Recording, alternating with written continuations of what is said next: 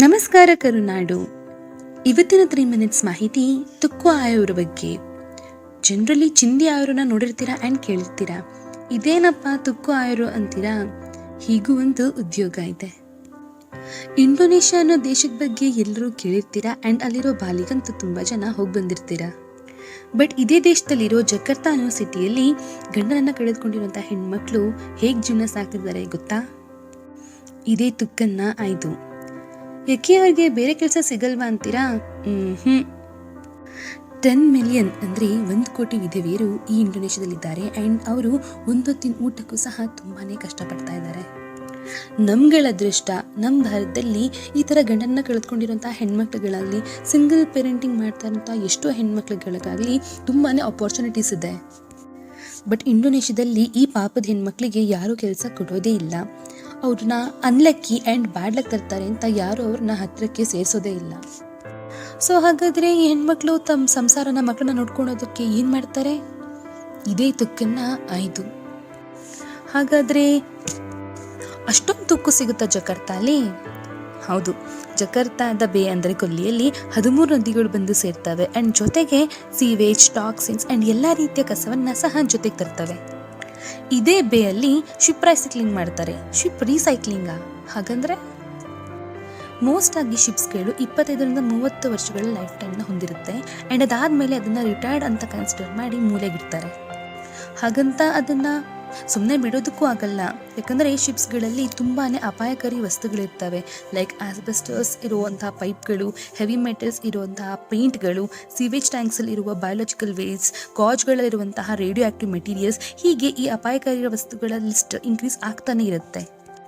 ಇದನ್ನೆಲ್ಲ ಹಾಗೆ ಬಿಟ್ಟರೆ ಇವು ಅಲ್ಲಿರುವಂತಹ ಭೂಮಿ, ಸಮುದ್ರ, ಸುತ್ತಮುತ್ತ ಇರುವಂತಹ ನೀರಲ್ಲೆಲ್ಲ ಸೇರಿಕೊಂಡು ಪೊಲ್ಯೂಷನ್ ಮಾಡುತ್ತೆ ಆ್ಯಂಡ್ ಅಲ್ಲಿರುವಂತಹ ಸಮುದ್ರ ಜೀವಿಗಳನ್ನು ಡಿಸ್ಟ್ರಾಯ್ ಸಹ ಮಾಡುತ್ತೆ. ಬಟ್ ಶಿಪ್ಸಲ್ಲಿರುವಂಥ ಎಷ್ಟೋ ಪಾರ್ಟ್ಸ್ಗಳು ಲೈಕ್ ಮೆಟಲ್ ಬಾರ್ಸ್ ಆಗಿರ್ಬೋದು, ಮೆಟಲ್ ಪ್ಲೇಟ್ಸ್ಗಳಾಗಿರ್ಬೋದು, ಹೊಸ ಶಿಪ್ಗಳನ್ನ ಬಿಲ್ಡ್ ಮಾಡೋದಕ್ಕೆ ಅಥವಾ ಹೊಸ ಮೆಷಿನರಿಗಳನ್ನ, ಹೆವಿ ಮೆಷಿನರೀಸ್ಗಳನ್ನ ತಯಾರು ಮಾಡೋದಕ್ಕೆ ರಿಯೂಸ್ ಮಾಡ್ಬೋದು. ಮೈನಿಂಗ್ ಮಾಡಿ ಹೊಸ ಸ್ಟೀಲ್ ಪ್ರೊಡ್ಯೂಸ್ ಮಾಡೋದಕ್ಕಿಂತ ಇದು ಗ್ರೀನ್ ಆಲ್ಟರ್ನೇಟಿವ್. ಇದರಿಂದ ನಮ್ಮ ಪ್ಲಾನೆಟ್ ಸಹ ಸೇವ್ ಆಗುತ್ತೆ ಆ್ಯಂಡ್ ಎನರ್ಜಿ ಸಹ ಉಳಿಯುತ್ತೆ. ಬಟ್ ಯೂಸ್ ಅಥವಾ ರಿಯೂಸ್ ಆಗದಿರುವಂತಹ ಪಾರ್ಟ್ಸ್ಗಳನ್ನ ಏನು ಮಾಡ್ತಾರೆ? ಅದನ್ನೆಲ್ಲ ಬ್ರೇಕ್ ಡೌನ್ ಮಾಡ್ತಾರೆ. ಜಕಾರ್ತಾ ಅಲ್ಲಿ 2 ಶಿಪ್ ಬ್ರೇಕಿಂಗ್ ಜಾಗಗಳಿವೆ ಆ್ಯಂಡ್ ಒಂದು ಶಿಪ್ನ ಕಂಪ್ಲೀಟಾಗಿ ಬ್ರೇಕ್ ಡೌನ್ ಮಾಡೋದಕ್ಕೆ 20 ವರ್ಕರ್ಸ್ಗಳಿಗೆ 1 ವಾರ ಬೇಕಾಗುತ್ತೆ. ಶಿಪ್ ರೀಸೈಕ್ಲಿಂಗ್ ಅನ್ನೋದು $multi-billion ಗ್ಲೋಬಲ್ ಇಂಡಸ್ಟ್ರಿ.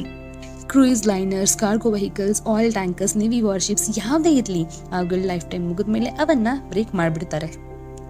ಹೀಗೆ ಬ್ರೇಕ್ ಮಾಡುವಂಥ ಶಿಪ್ಸ್ಗಳ ದೊಡ್ಡ ಪೀಸ್ಗಳೇನಿದೆ ಅದನ್ನು ಶಿಪ್ ಓನರ್ಸ್ಗಳು ಮಾರ್ಕೋತಾರೆ. ಬಟ್ ಕಟಿಂಗ್ ಮಾಡಬೇಕಾದ್ರೆ ಬಿದ್ದಿರುವಂತಹ ಸಣ್ಣ ಪೀಸಸ್ಗಳಿರುತ್ತಲ್ಲ, ಅದನ್ನು ಇದೇ ಇಂಡೋನೇಷ್ಯಾದ ವಿಧವಾ ಸ್ತ್ರೀಯರು ಆಯೋದು. ಇವುಗಳು ಬರೀ ಸಣ್ಣ ಪೀಸ್ಗಳನ್ನ ಮಾತ್ರ ಆಯೋಕ್ಕೆ ಪರ್ಮಿಷನ್ ಇರೋದು. ಈ ಥರ ಸಣ್ಣ ಪೀಸ್ಗಳು ಜಾಸ್ತಿ ಸಿಗೋದು ಈ ಬ್ರೇಕ್ ಮಾಡೋಕ್ಕೆ ಅಂತ ಇಟ್ಟಿರುವಂತಹ ಶಿಪ್ಸ್ಗಳು ನಿಂತಿರುವಂತಹ ನೀರಿನ ಅಡಿಯಲ್ಲಿ.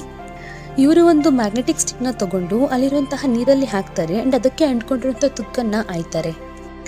ಈ ನೀರು one of the most polluted waters in the world. ಇವರು ಮುಟ್ಟೋ ಎಲ್ಲ ವಸ್ತುಗಳು ಪಾಯ್ಸನಸ್ ಆಗಿರುತ್ತೆ.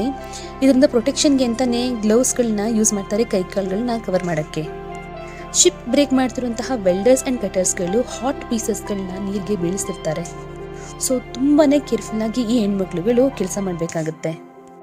ಅವ್ರು ಏನೇ ಗ್ಲೌಸ್ ಹಾಕಿದ್ರು ಅಲ್ಲಿರುವಂತಹ ಪಾಯ್ಸನ್ನಿಂದ, ಶಾರ್ಪ್ ಮೆಟಲ್ನಿಂದ ತಪ್ಪಿಸ್ಕೊಳ್ಳೋಕ್ಕೆ ಆಗೋದೇ ಇಲ್ಲ. ಬಟ್ ಅವ್ರಿಗೆ ಬೇರೆ ಆಪ್ಷನ್ ಸಹ ಇಲ್ಲ.